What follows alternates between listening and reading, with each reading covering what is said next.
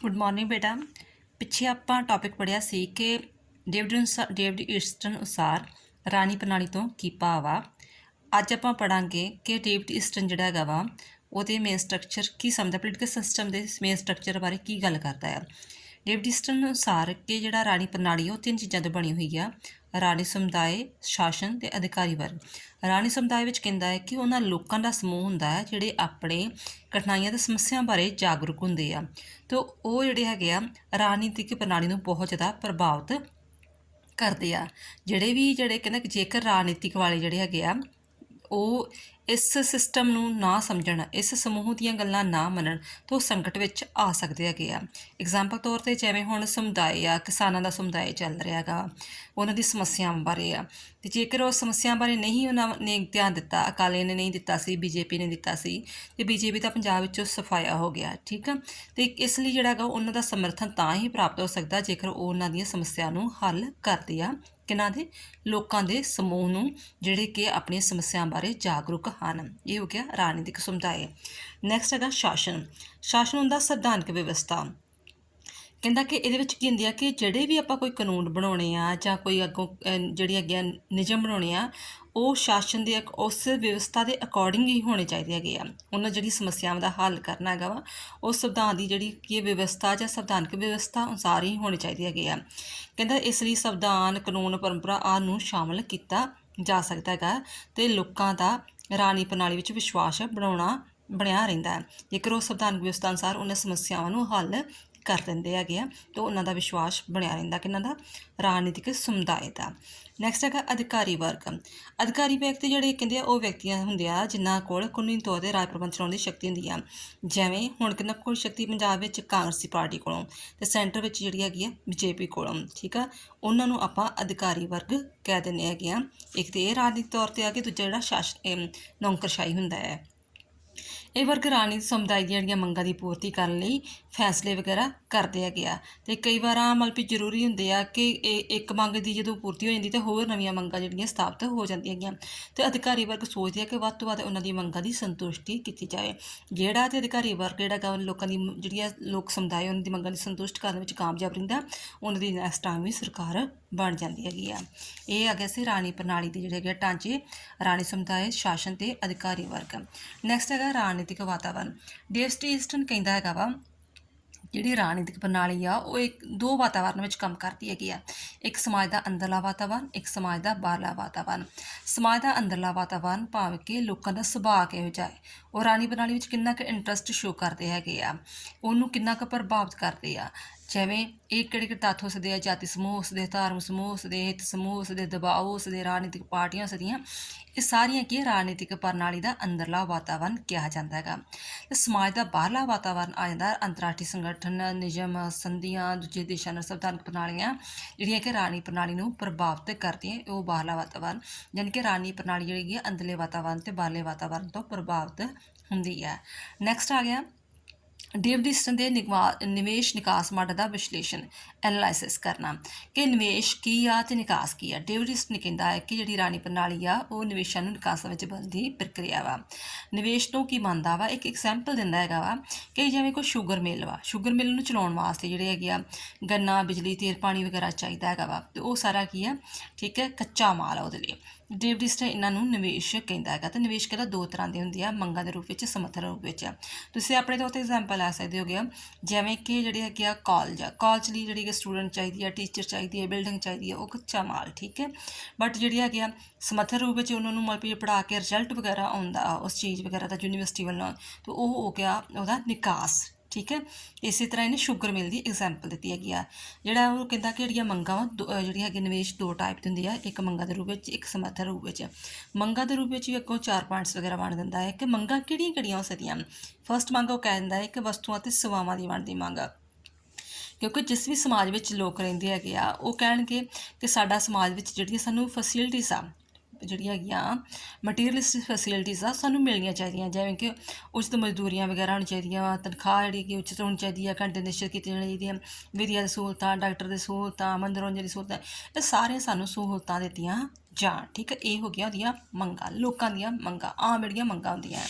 Next ਵਿਵਹਾਰਾਂ ਨੂੰ ਨਿਯਮਤ ਕਰਨਾ ਕਿ ਜੇਕਰ ਸਮਾਜ ਵਿੱਚ ਰਹਿ ਰਹੇ ਹਾਂ ਤਾਂ ਡਿਸਿਪਲਿਨ ਵਿੱਚ ਰਵੇ, ਉਹਨੂੰ ਕਿਸੇ ਚੋਰੀ ਚਕਾਰੀ ਦਾ, ਕਿਸੇ ਖੂਨ ਖਰਾਬੇ ਦਾ, ਕਿਸੇ ਚੀਜ਼ ਦਾ ਡਰ ਨਾ ਹੋਵੇ। ਠੀਕ ਹੈ, ਵਿਵਹਾਰਾਂ ਨੂੰ ਨਿਯਮਤ ਕੀਤਾ ਜਾਵੇ, ਜਿਵੇਂ ਜਨਤਕ ਸੁਰੱਖਿਆ ਮਿਲੇ ਉਹਨਾਂ ਨੂੰ, ਮੰਡੀ 'ਤੇ ਕੰਟਰੋਲ ਹੋਵੇ, ਜਿਵੇਂ ਸਬਜ਼ੀ ਮੰਡੀ ਕੰਟਰੋਲ ਹੋ ਗਿਆ, ਫਸਲਾਂ ਦੀ ਅਨਾਜ ਮੰਡੀ ਕੰਟਰੋਲ ਹੋ ਗਿਆ, ਜਾਂ ਕੁਛ ਵੀ ਆ। ਠੀਕ ਹੈ, ਉਸ 'ਤੇ ਕੰਟਰੋਲ ਹੋਣਾ ਚਾਹੀਦਾ। ਵਿਆਹ ਤਲਾਕ ਦੇ ਨਿਯਮ ਵਗੈਰਾ ਹੋਣੇ ਚਾਹੀਦੇ ਹੈਗੇ ਆ, ਅਤੇ ਇਹ ਸਿਹਤ ਸਫਾਈ ਨਾਲ ਰਿਲੇਟਡ ਜਿਹੜੀਆਂ ਸਹੂਲਤਾਂ, ਜਿਹੜੀਆਂ ਨਿਯਮ ਵਗੈਰਾ ਬਣਾਏ ਜਾਣੇ ਚਾਹੀਦੇ ਹੈਗੇ ਆ, ਤਾਂ ਜੋ ਲੋਕ ਜਿਹੜੇ ਹੈਗੇ ਆ ਬਿਲਕੁਲ ਸਿਸਟਮੈਟਿਕਲੀ ਅਨੁਸ਼ਾਸਨ ਦੇ ਵਿੱਚ ਸਮਾਜ ਵਿੱਚ ਆਪਣਾ ਜੀਵਨ ਬਤੀਤ ਕਰ ਸਕਣ। ਨੈਕਸਟ ਥਰਡ ਮੰਗ ਕਹਿ ਦਿੰਦੇ ਆ ਕਿ ਲੋਕ ਕਹਿੰਦੇ ਕਿ ਅਸੀਂ ਰਾਣੀ ਪ੍ਰਣਾਲੀ ਵਿੱਚ ਵੱਧ ਤੋਂ ਵੱਧ ਭਾਗ ਲੈਣਾ ਹੈਗਾ ਵਾ, ਜਿਵੇਂ ਕਿ ਵੋਟ ਪਾਉਣ ਦਾ ਅਧਿਕਾਰ ਹੋ ਗਿਆ, ਦਲ ਬਣਾਉਣ ਦਾ, ਚੁਣੇ ਜਾਣ ਦਾ, ਸਰਵਜਨ ਅਹੁਦੇ ਪ੍ਰਾਪਤ ਕਰਨ ਦਾ, ਰਾਣੀ ਸੰਘ ਬਣਾਉਣ ਦਾ, ਆਹ ਜਿਹੜੇ ਹੈਗੇ ਆ ਉਹ ਹਿੱਸੇ ਦੀ ਮੰਗ ਕਰਦੇ ਹੈਗੇ ਆ। ਫੋਰਥ ਆ ਕੇ ਸੰਚਾਰ ਸੂਚਨਾ ਦੀ ਮੰਗ। ਸੰਚਾਰ ਸੂਚਨਾ ਕਿ ਜਿਹੜੀ ਹੈਗੀ ਆ ਵਿਸ਼ਿਸ਼ਟ ਵਰਗ ਆ, ਜਿਵੇਂ ਰਾਜਨੀਤਿਕ ਪਾਰਟੀ ਦੇ ਨੇਤਾ ਵਾ, MLA MP ਆ, ਜਾਂ CM ਆ, ਜਾਂ PM ਆ, ਕੋਈ ਵੀ ਆ, ਉਹਨਾਂ ਨੇ ਕੀ ਕਾਨੂੰਨ ਬਣਾਏ ਆ। ਠੀਕ ਆ, ਉਹਨਾਂ ਬਾਰੇ ਸਾਨੂੰ ਆਮ ਪਬਲਿਕ ਨੂੰ ਜਾਣਕਾਰੀ ਦਿੱਤੀ ਜਾਵੇ। ਅਤੇ ਸੰਕਟ ਜਾਂ ਰਸਮੀ ਸਮੇਂ ਜਿਹੜੀ ਹੈਗੀ ਆ ਉਹ ਆਪਣੀ ਸ਼ਕਤੀ ਦਾ ਵਿਖਾਵਾ ਕਰਨ। ਸੰਕਟ ਜਾਂ ਰਸਮੀ ਤੌਰ 'ਤੇ ਜਿਵੇਂ 15 ਅਗਸਤ ਮਨਾਇਆ ਜਾਂਦਾ ਵਾ, 26 ਜਨਵਰੀ ਮਨਾਈ ਜਾਂਦੀ ਆ, ਜਾਂ ਰੈਲੀਆਂ ਕਰਦੇ ਆ, ਉੱਥੋਂ ਮਤਲਬ ਵੀ ਸਾਨੂੰ ਸ਼ੋਅ ਹੋਵੇ ਕਿ ਵਾਕਈ ਜਿਹੜੀ ਸਾਡੀ ਸਰਕਾਰ ਅਸੀਂ ਚੁਣੀ ਆ ਉਹ ਵਾਕਈ ਕਿੰਨੀ ਕੁ ਸ਼ਕਤੀਸ਼ਾਲੀ ਹੈਗੀ ਆ। ਇਹ ਆ ਉਹਨਾਂ ਦੀਆਂ ਹੈਗੀਆਂ ਸੀ ਮੰਗਾਂ। ਨੈਕਸਟ ਰੂਪ ਵਿੱਚ ਹੈਗੇ ਸਮਰਥਨ ਦੇ ਰੂਪ ਵਿੱਚ ਨਿਵੇਸ਼, ਕਿ ਅਸੀਂ ਇਨਪੁੱਟ ਕੀ ਦਿੰਦੇ ਹਾਂ ਸਰਕਾਰ ਨੂੰ। ਫਿਰ ਕਹਿੰਦਾ ਠੀਕ ਹੈ, ਮੰਗਾਂ ਤਾਂ ਆਪਾਂ ਕਰਨੀ ਸਰਕਾਰ ਨੂੰ, ਸਾਨੂੰ ਜੇ ਚਾਹੀਦਾ ਹੈਗਾ ਵਾ, ਸੰਚਾਰ ਸੂਚਨਾ ਮੰਗ ਚਾਹੀਦੀ ਹੈਗੀ, ਰਾਣੀ ਪ੍ਰਣਾਲੀ ਹਿੱਸਾ ਚਾਹੀਦਾ ਵਾ, ਸਮਾਜ ਵਿਵਹਾਰ ਜਿਹੜੇ ਨਿਯਮਬੱਧ ਹੋਵੇ। ਹੁਣ ਆਪਾਂ ਉਹਨੂੰ ਸਪੋਰਟ ਕਿਵੇਂ ਕਰਦੇ ਹਾਂ? ਸਪੋਰਟ 'ਚ ਵੀ ਹੈਗੇ ਆ 4 ਟਾਈਪ ਦੀ ਸਪੋਰਟ ਵਗੈਰਾ ਆਪਾਂ ਸਰਕਾਰ ਨੂੰ ਕਰਦੇ ਹਾਂ। ਫਸਟ ਆਫ ਆਲ ਹੈਗਾ ਭੌਤਿਕ ਸਮਰਥਨ, ਜਿਵੇਂ ਆਪਾਂ ਟੈਕਸ ਪੇ ਕਰਦੇ ਹੈਗੇ ਆ, ਜਨਤਕ ਕੰਮਾਂ ਵਿੱਚ ਜਿਹੜੀ ਹੈਗੀ ਵੱਧ ਤੋਂ ਵੱਧ ਹਿੱਸਾ ਪਾਉਂਦੇ ਹੈਗੇ ਆ, ਸੈਨਿਕ ਭਰਤੀ ਹੁੰਦੇ ਆ, ਇਹ ਸਾਡਾ ਭੌਤਿਕ ਸਮਰਥਨ ਆ ਗਿਆ। ਆਗਿਆ ਪਾਲਣ ਦਾ ਸਮਰਥਨ, ਜਿਹੜੇ ਵੀ ਸਰਕਾਰ ਕਾਨੂੰਨ ਬਣਾਉਂਦੀ ਆ ਅਸੀਂ ਉਹਨਾਂ ਦੇ ਕਾਨੂੰਨਾਂ ਦੀ ਪਾਲਣਾ ਕਰੀਏ। ਜਿਵੇਂ ਕਰੋਨਾ ਵਿੱਚ ਉਹਨਾਂ ਕਾਨੂੰਨ ਬਣਾਇਆ ਸੀ ਮਾਸਕ ਪਹਿਨੋ, ਠੀਕ ਹੈ, ਲੋਕਡਾਊਨ ਕੀਤਾ ਸੀ ਕਿ 5 ਵਜੇ ਤੋਂ ਬਾਅਦ ਦੁਕਾਨਾਂ ਖੁੱਲ੍ਹਣੀਆਂ, ਅਤੇ ਅਸੀਂ ਉਹਨਾਂ ਦੀ ਕਾਨੂੰਨ ਦੀ ਪਾਲਣਾ ਕਰਦੇ ਹਾਂ, ਉਹ ਹੋ ਗਿਆ ਆਗਿਆ ਪਾਲਣ ਸਮਰਥਨ। ਸਹਿਭਾਗੀ ਸਮਰਥਨ, ਜਿਵੇਂ ਕਹਿੰਦਾ ਕਿ ਜੇ ਤਾਂ ਅਸੀਂ ਮੰਗ ਕਰਦੇ ਹਾਂ ਕਿ ਸਾਨੂੰ ਵੋਟਾਂ ਵਿੱਚ ਹਿੱਸਾ ਦਿਓ, ਚੋਣਾਂ ਵਿੱਚ ਹਿੱਸਾ ਦਿਓ, ਅਤੇ ਅਸੀਂ ਵੱਧ ਚੜ੍ਹ ਕੇ ਉਸ ਵਿੱਚ ਹਿੱਸਾ ਵੀ ਲਈਏ। ਠੀਕ ਹੈ, ਇਹ ਹੋ ਗਿਆ ਸਹਿਭਾਗੀ ਸਮਰਥਨ। ਧਿਆਨ ਦਿਓ ਅਤੇ ਸਨਮਾਨ ਸਮਰਥਨ, ਇੱਕ ਕਹਿੰਦਾ ਇਸ ਕਿਸਮ ਵਿੱਚ ਸਰਕਾਰ ਸੂਚਨਾ ਵੱਲ ਧਿਆਨ ਦੇਣਾ ਹੁੰਦਾ ਕਿ ਸਰਕਾਰ ਨੇ ਕੀ ਕੀ ਇੰਸਟਰਕਸ਼ਨ ਦਿੱਤੀਆਂ ਵਾ, ਕੀ ਫੋਲੋ ਕਰਨ ਲਈ ਕਾਨੂੰਨ ਕਿਹਾ, ਅਤੇ ਅਸੀਂ ਉਹਨਾਂ ਵੱਲ ਧਿਆਨ ਦਈਏ। ਜਨਤਕ ਸੱਤਾ, ਜਿਹੜੇ ਚਿੰਨ੍ਹ ਆ, ਰਸਮੀ ਸਮਾਰੋਹ ਆ, ਜਿਵੇਂ 15 ਅਗਸਤ 26 ਜਨਵਰੀ ਦਾ ਸਮਾਰੋਹ ਆ, ਰਾਸ਼ਟਰੀ ਝੰਡਾ ਵਾ, ਸੰਵਿਧਾਨ ਵਾ, ਉਹਦਾ ਅਸੀਂ ਸਤਿਕਾਰ ਕਰੀਏ। ਠੀਕ ਹੈ, ਇਹ 4 ਟਾਈਪ ਦੇ ਹੋ ਗਏ ਇਹਦੇ ਸਮਰਥਨ। ਨੈਕਸਟ ਹੈਗਾ ਕਹਿੰਦਾ ਪਰਿਵਰਤਨ ਪ੍ਰਕਿਰਿਆ। ਪਰਿਵਰਤਨ ਪ੍ਰਕਿਰਿਆ ਕੀ ਆ? ਕਹਿੰਦਾ ਕਿ ਜਦੋਂ ਰਾਣੀ ਪ੍ਰਣਾਲੀ ਨੂੰ ਨਿਵੇਸ਼ ਮੰਗਾਂ ਦੇ ਸਮਰਥਨ ਦੇ ਰੂਪ ਵਿੱਚ ਕੱਚਾ ਮਾਲ ਮਿਲ ਜਾਂਦਾ ਹੈ, ਨਿਵੇਸ਼ ਮੰਗਾਂ ਵੀ ਮਿਲ ਗਈਆਂ ਵੀ ਕੀ ਮੰਗਾਂ ਚਾਹੁੰਦੇ ਆ, ਉਹਨਾਂ ਨੂੰ ਸਪੋਰਟ ਵੀ ਮਿਲ ਗਈ ਲੋਕਾਂ ਦੀ ਕਿ ਕਿਸ ਟਾਈਪ ਨਾਲ ਉਹ ਸਪੋਰਟ ਕਰਦੇ ਹੈਗੇ ਆ। ਮੁੜ ਕੇ ਫਿਰ ਇਹਨਾਂ ਚੀਜ਼ਾਂ ਨੂੰ, ਮੰਗਾਂ ਅਤੇ ਸਮਰਥਨ ਨੂੰ ਮੁੜ ਕੇ ਫਿਰ ਨਿਕਾਸਾਂ ਵਿੱਚ ਬਦਲਦੇ ਆ, ਯਾਨੀ ਕਿ ਉਹਦੇ ਨਾਲ ਰਿਲੇਟਡ ਕਾਨੂੰਨ ਬਣਾਉਂਦੇ। ਸਪੋਜ਼ ਕਰੋ ਕਿ ਸਾਡਾ ਏਰੀਆ ਮੰਗ ਕਰ ਰਿਹਾ ਹੈਗਾ ਕਿ ਇੱਥੇ ਜਿਹੜੇ ਪੜ੍ਹੇ ਲਿਖੇ ਲੋਕ ਬਹੁਤ ਆ ਬਟ ਬੇਰੁਜ਼ਗਾਰੀ ਬਹੁਤ ਜ਼ਿਆਦਾ, ਉਹਨਾਂ ਨੂੰ ਨੌਕਰੀਆਂ ਨਹੀਂ ਮਿਲੀਆਂ। ਮੰਗਾਂ ਕੀਤੀਆਂ, ਮੰਗਾਂ ਸਮਰਥਨ ਕੀਤਾ ਕਿ ਲੋਕਾਂ ਕੋਲ ਪੜ੍ਹੇ ਲਿਖੇ ਲੋਕ ਹੈਗੇ, ਡਿਗਰੀਆਂ ਹੈਗੀਆਂ, ਸਮਰਥਨ ਕੀਤੀ, ਮੰਗ ਵੀ ਕਰਤੀ, ਸਮਰੱਥਾ ਵੀ ਕਰਤੀ। ਹੁਣ ਨਿਕਾਸ ਕੀ ਆ? ਜਦੋਂ ਉਹ ਨੌਕਰੀਆਂ ਦਿੰਦੇ ਨੇ, ਠੀਕ ਆ, ਪ੍ਰੈਕਟੀਕਲ ਨੌਕਰੀਆਂ ਦੇ ਦੇਣ ਉਹ, ਤਾਂ ਉਹ ਕੀ ਆ ਕਿ ਨਿਵੇਸ਼ਾਂ ਅਤੇ ਜਿਹੜੇ ਨਿਵੇਸ਼ ਮੰਗਾਂ ਅਤੇ ਸਮਰੱਥਾ ਨੂੰ ਨਿਕਾਸਾਂ ਵਿੱਚ ਬਦਲਣਾ। ਠੀਕ ਹੈ, ਇਹ ਸਾਰੀ ਜਿਹੜੀ ਪ੍ਰਕਿਰਿਆ ਲਗਾਤਾਰ ਚੱਲਦੀ ਰਹਿੰਦੀ ਹੈ, ਇਸ ਨੂੰ ਆਪਾਂ ਜਿਹੜੀ ਹੈਗੀ ਪਰਿਵਰਤਨ ਪ੍ਰਕਿਰਿਆ ਕਹਿੰਦੇ ਆ। ਨਿਵੇਸ਼ਾਂ ਮੰਗਾਂ ਅਤੇ ਸਮਰਥਨ ਨੂੰ ਜਦੋਂ ਜਿਹੜਾ ਕੱਚੇ ਮਾਲ ਦੇ ਰੂਪ ਵਿੱਚ ਸਪਲਾਈ ਹੋ ਜਾਂਦਾ, ਅਤੇ ਰਾਣੀ ਪ੍ਰਣਾਲੀ ਫਿਰ ਉਹਦੇ ਵਿੱਚ ਰਿਲੇਟਡ ਆਪਣੇ ਫੈਸਲੇ ਬਣਾਉਂਦੇ ਆ, ਕਾਨੂੰਨ ਬਣਾਉਂਦੀ ਆ, ਨੀਤੀਆਂ ਬਣਾਉਂਦੀ ਆ, ਉਹਨੂੰ ਆਪਾਂ ਆਊਟਪੁੱਟ ਕਹਿ ਦਿੰਦੇ ਹਾਂ। ਅਤੇ ਇਹ ਪਰਿਵਰਤਨ ਪ੍ਰਕਿਰਿਆ ਚੱਲਦੀ ਰਹਿੰਦੀ ਆ। ਜਦੋਂ ਇੱਕ ਮੰਗ ਪੂਰੀ ਹੋ ਜਾਂਦੀ ਲੋਕੀ ਫਿਰ ਅਗਲੀ ਵਾਰੀ ਦੂਜੀ ਮੰਗ ਕਰਨੀ ਸ਼ੁਰੂ ਕਰਨੀ, ਦੂਜੀ ਮੰਗ ਹੋ ਜਾਂਦੀ ਹੈ, ਤੀਜੀ ਮੰਗ ਕਰਨੀ ਸ਼ੁਰੂ ਕਰਨੀ। ਇਸ ਤਰ੍ਹਾਂ ਸਰਕਾਰਾਂ ਜਿਹੜੀਆਂ ਹੈਗੀਆਂ ਨਿਵੇਸ਼ਾਂ ਨੂੰ ਨਿਕਾਸਾਂ ਵਿੱਚ ਬਦਲਣ ਦਾ ਕੰਮ ਕਰਦੀਆਂ ਰਹਿੰਦੀਆਂ, ਜਿਨ੍ਹਾਂ ਨੂੰ ਆਪਾਂ ਜਿਹੜੇ ਹੈਗੇ ਆ ਪਰਿਵਰਤਨ ਪ੍ਰਕਿਰਿਆ ਕਹਿ ਦਿੰਦੇ ਹੈਗੇ ਆ। ਨੈਕਸਟ ਹੈ ਨਿਕਾਸਾਂ ਦਾ ਭਾਵ। ਨਿਕਾਸਾਂ ਦਾ ਭਾਵ ਕਿ ਜਿਹੜੇ ਵੀ ਸਰਕਾਰ ਨੇ ਕੋਈ ਫੈਸਲੇ ਲਏ ਜਾਂ ਨੀਤੀਆਂ ਲਈਆਂ ਹੈਗੀਆਂ ਵਾ, ਠੀਕ ਆ, ਨੀਤੀਆਂ ਬਣਾਉਣੀਆਂ ਵਾ, ਉਹਨਾਂ ਨੂੰ ਆਪਾਂ ਨਿਕਾਸ ਕਹਿ ਦਿੰਦੇ ਹਾਂ। ਨਿਕਾਸ ਕਹਿੰਦਾ ਇਹ ਵੀ ਮਤਲਬ ਕਿ ਅੱਗੋਂ ਕਈ ਹੇਠ ਲਿਖੇ ਕਿਸਮਾਂ ਦੇ ਹੋ ਸਕਦੇ ਆ ਨਿਕਾਸ। ਅਸੀਂ ਜਿਵੇਂ ਉੱਪਰ ਪੜ੍ਹਿਆ ਕਿ ਨਿਕਾਸ ਮੰਗਾਂ ਦੇ ਅਨੁਕੂਲ ਵੀ ਹੋ ਸਕਦੇ ਆ ਅਤੇ ਪ੍ਰਤੀਕੂਲ ਵੀ। ਠੀਕ ਆ, ਜਿਹੜਾ ਨਿਕਾਸ ਕਿਹਾ ਵਾ ਕਿ ਜਿਹੜੀ ਸਰਕਾਰ ਨੇ ਕਾਨੂੰਨ ਬਣਾਏ ਆ, ਕੋਈ ਫੈਸਲੇ ਬਣਾਏ ਆ, ਉਹ ਸਾਡੇ ਹੱਕ ਵਿੱਚ ਵੀ ਹੋ ਸਕਦੇ ਆ ਅਤੇ ਸਾਡੇ ਵਿਪੱਖ 'ਚ ਵੀ ਹੋ ਸਕਦੇ ਆ। ਜਿਵੇਂ ਕਿਹਾ ਸੀ ਕਿ ਹਰ ਇੱਕ ਨੇ ਮਾਸਕ ਲਗਾਉਣਾ, ਕਈਆਂ ਦਾ ਨਹੀਂ ਮਨ ਕਰਦਾ ਮਾਸਕ ਲਗਾਉਣਾ, ਬਟ ਉਹ ਸਾਨੂੰ ਕਾਨੂੰਨ ਨੂੰ ਮੰਨਣਾ ਪੈਂਦਾ, ਉਹ ਸਾਡੇ ਪ੍ਰਤੀਕੂਲ ਹੋ ਗਿਆ। ਅਨੁਕੂਲ ਕੀ ਹੋ ਗਿਆ ਕਿ ਹਾਂ ਵੀ ਸਾਡੀ ਜੋ ਫਾਇਦੇ ਲਈ ਕੰਮ ਕਿਹਾ ਹੈਗਾ ਵਾ, ਜਿਵੇਂ ਕਿਹਾ ਇੰਜੈਕਸ਼ਨ ਲਾਓ, ਠੀਕ ਹੈ, ਸਾਡੇ ਸਰੀਰ ਦੇ ਸਿਹਤ ਲਈ ਭਲਾਈ ਲਈ ਆ। ਠੀਕ ਹੈ, ਕਿ ਸਾਡੀ ਉਹ ਕੁਝ ਜਿਹੜੀਆਂ ਨਿਕਾਸ ਵਾ ਉਹ ਸਾਡੇ ਅਨੁਕੂਲ ਵੀ ਹੋ ਸਕਦੇ ਆ, ਪ੍ਰਤੀਕੂਲ ਵੀ ਹੋ ਸਕਦੇ ਹੈਗੇ ਆ। ਬਟ ਜੇਕਰ ਸਾਡੇ ਪ੍ਰਤੀਕੂਲ ਵੀ ਹੈਗੇ ਆ ਬਟ ਸਾਨੂੰ ਉਹ ਚੀਜ਼ਾਂ ਨੂੰ ਮੰਨਣਾ ਹੀ ਪਏਗਾ ਕਿਉਂਕਿ ਉਹਦੇ ਪਿੱਛੇ ਕਾਨੂੰਨੀ ਸ਼ਕਤੀ ਹੁੰਦੀ ਆ। ਜੇਕਰ ਨਹੀਂ ਮੰਨਿਆ ਜਾਵੇਗਾ ਤਾਂ ਉਹਦੇ ਪਿੱਛੇ ਸਾਨੂੰ ਕਾਨੂੰਨੀ ਸਜ਼ਾ ਮਿਲੇਗੀ। ਠੀਕ ਹੈ, ਇਹ ਹੋ ਗਿਆ ਨਿਕਾਸ। ਵਿਵਹਾਰਾਂ ਨੂੰ ਨਿਯਮਿਤ ਕਰਨਾ। ਕਹਿੰਦਾ ਡੇਵਿਡ ਈਸਟ ਅਨੁਸਾਰ ਨਿਕਾਸ ਦਾ ਦੂਜਾ ਕੰਮ ਕੀ ਵਿਵਹਾਰਾਂ ਨੂੰ ਨਿਯਮਿਤ ਕਰਨਾ, ਸੰਗਠਿਤ ਸਮਾਜ ਵਿੱਚ ਰਹਿੰਦੇ ਹੋਇਆ ਵਿਅਕਤੀਆਂ ਦੇ ਵਿਵਹਾਰ ਨੂੰ ਨਿਯਮਿਤ ਰੱਖਣਾ ਜਾਂ ਕਾਨੂੰਨ। ਉਹ ਜੇਕਰ ਕਾਨੂੰਨ ਦਾ ਡਰ ਹੋਏਗਾ ਤਾਂ ਹਰ ਕੋਈ ਜਿਹੜਾ ਹੈਗਾ ਉਹ ਸ਼ਾਸਨ ਵਿੱਚ ਰਹੇਗਾ, ਕੋਈ ਚੋਰੀ ਚੱਕ ਕੇ ਨਹੀਂ ਕਰੇਗਾ, ਕੋਈ ਕਿਸੇ ਨਾਲ ਧੱਕੇਸ਼ਾਹੀ ਨਹੀਂ ਕਰੇਗਾ। ਠੀਕ ਆ, ਵਿਵਹਾਰਾਂ ਨੂੰ ਨਿਯਮਿਤ ਉਸ ਦੀ ਪੁਲਿਸ ਸੈਨਾ ਜਾਂ ਕੁਛ ਵੀ ਪ੍ਰਸ਼ਾਸਨ ਲਾਗੂ ਕੀਤਾ ਜਾਂਦਾ ਅਤੇ ਫਿਰ ਨਹੀਂ ਤਾਂ ਜਿਹੜਾ ਹੈਗਾ ਵਾ ਜੇ ਨਾ ਹੋਵੇ ਇਹ ਜਿਹਾ ਕਾਨੂੰਨ ਵਗੈਰਾ ਫਿਰ ਜਿਸ ਦੀ ਲਾਠੀ ਉਸ ਦੀ ਭੈਂਸ ਵਾਲੀ ਗੱਲ ਸਥਿਤੀ ਬਣ ਜਾਵੇਗੀ। ਨੈਕਸਟ ਹੈਗਾ ਵਸਤੂਆਂ ਅਤੇ ਸੇਵਾਵਾਂ ਦੀ ਵੰਡ।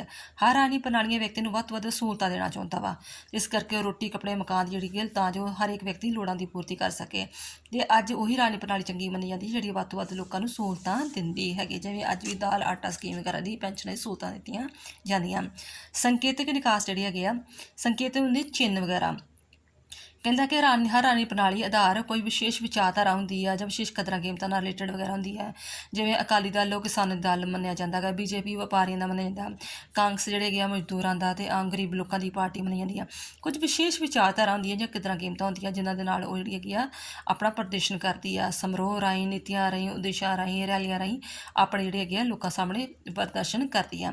ਜਿਵੇਂ ਕਹਿੰਦੇ ਕਿ ਆਪਾਂ ਹੱਥਾਂ ਦੇ ਪੜ੍ਹਦੇ ਹਾਂ ਭਾਰਤ ਏਕ ਧਰਮ ਅਨੇਕ। ਠੀਕ ਆ, ਵੀ ਭਾਵੇਂ ਮਤਲਬ ਵੀ ਇਹਦੇ ਵਿੱਚ ਏਕਤਾ ਨੂੰ ਪ੍ਰਤੀਕ ਕੀਤਾ ਗਿਆ ਵਾ ਕਿ ਭਾਵੇਂ ਸਾਡੇ ਦੇਸ਼ ਵਿੱਚ ਅਨੇਕਾਂ ਧਰਮਾਂ ਪਰ ਫਿਰ ਵੀ ਭਾਰਤ ਏਕਤਾ ਇਹ ਸੰਕੇਤ ਨਿਕਾਸ ਆ ਜਿਹੜੇ ਹੈਗੇ ਨਿਕਾਸ ਆ। ਨੈਕਸਟ ਬੇਟਾ ਹੈਗਾ ਵਾ ਕੱਚਾ ਮਾਲ ਮੁੜ ਦੇਣ ਦੀ ਰੂਪ ਪ੍ਰਕਿਰਿਆ ਜਿਹਨੂੰ ਆਪਾਂ ਫੀਡ ਲੂਪ ਮਕੈਨਿਕਜ਼ਮ ਵੀ ਕਹਿੰਦੇ ਹਾਂ। ਡੇਵਿਡ ਈਸਟ ਨੇ ਕਹਿੰਦਾ ਵਾ ਕਿ ਨਿਵੇਸ਼ਾਂ ਅਤੇ ਨਿਕਾਸਾਂ ਵਿਚਕਾਰ ਗੂੜਾ ਸੰਬੰਧ ਹੁੰਦਾ ਵਾ, ਅਤੇ ਜਿਸ ਨਿਕਾਸ ਦੇ ਰੂਪ ਵਿੱਚ ਰਾਣੀ ਪ੍ਰਣਾਲੀ ਜਿਹੜੇ ਫੈਸਲੇ ਕਰਦੀ ਆ ਉਹ ਮੁੜ ਨਿਵੇਸ਼ਾਂ ਲਈ ਕੱਚਾ ਮਾਲ ਦਾ ਰੂਪ ਧਾਰਨ ਕਰ ਲੈਂਦੀ ਆ, ਜਿਹਨੂੰ ਆਪਾਂ ਜਿਹੜਾ ਹੈਗਾ ਫੀਡਬੈਕ ਲੂਪ ਮਕੈਨਿਜ਼ਮ ਕਹਿੰਦੇ ਆ।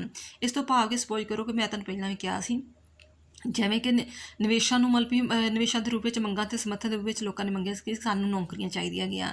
ਉਹਨਾਂ ਨੇ ਮਤਲਬ ਵੀ ਸਰਕਾਰ ਨੇ ਉਸ ਨੂੰ ਨੌਕਰੀਆਂ ਦੇ ਦਿੱਤੀਆਂ, ਨਿਕਾਸ ਦੇ ਰੂਪ ਵਿੱਚ ਨੌਕਰੀਆਂ ਦਿੱਤੀਆਂ। ਦੈਨ ਆਫਟਰ ਮੁੜ ਕੇ ਫਿਰ ਜਿਹੜੀ ਹੈਗੀ ਕੋਈ ਨਾ ਕੋਈ ਮੰਗ ਮੰਨਣਗੇ, ਫਿਰ ਉਹ ਮਤਲਬ ਵੀ ਕਾਨੂੰਨ ਬਣਾਉਣਗੇ ਨਵੇਂ।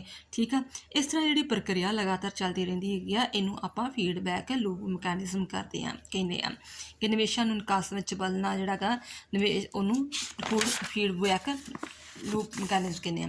ਇਸ ਨਾਲ ਇਹ ਜਿਹੜਾ ਡਾਇਗਰਾਮ ਇਹ ਬਣਾਉਣੀ ਜ਼ਰੂਰੀ ਹੈ ਪੇਪਰਾਂ ਵਿੱਚ ਜੇਕਰ ਇਹ ਕੁਐਸਚਨ ਆ ਜਾਂਦਾ ਹੈਗਾ ਕਿ ਜਿਵੇਂ ਸਪੋਜ਼ ਕਰੋ ਕਿ ਇਹ ਸਾਰਾ ਇਨਵਾਇਰਮੈਂਟ ਆ ਆਪਣਾ ਜਿਹੜਾ ਆਲੇ ਦੁਆਲੇ ਸਮਾਜ ਆ, ਅਤੇ ਆ ਜਿਹੜਾ ਸਾਡਾ ਜਿਹੜਾ ਹੈਗਾ ਸਰਕਾਰ ਆ, ਸ਼ਾਸਨ ਆ। ਇਹਦੇ ਵਿੱਚ ਆਪਾਂ ਲੋਕਾਂ ਨੇ ਡਿਮਾਂਡਸ ਕੀਤੀ ਕਿ ਸਾਨੂੰ ਕੀ ਚੀਜ਼ਾਂ ਚਾਹੀਦੀਆਂ, ਫਿਰ ਉਹਦੇ ਹਿਸਾਬ ਨਾਲ ਸਪੋਰਟਸ ਕੀਤਾ ਸਾਡਾ, ਇਹ ਸਾਰਾ ਕੁਝ ਹੋ ਗਿਆ ਇਨਪੁੱਟ।